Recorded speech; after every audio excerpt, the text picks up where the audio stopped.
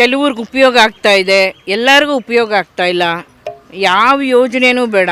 ಮಕ್ಕಳಿಗೆ ಸ್ಕೂಲ್ಗಳು, ಸರ್ಕಾರಿ ಸ್ಕೂಲ್ಗಳು ತುಂಬ ಅಧ್ವಾನ ಆಗಿದೆ. ಅದನ್ನೆಲ್ಲ ಸರಿ ಮಾಡಲಿ. ಮಕ್ಳಿಗೆ ಮಾತ್ರ ಫ್ರೀಯಾಗಿ ಕೊಡಲಿ ಬಸ್ ಪಾಸು, ಇನ್ಯಾರಿಗೂ ಬೇಡ.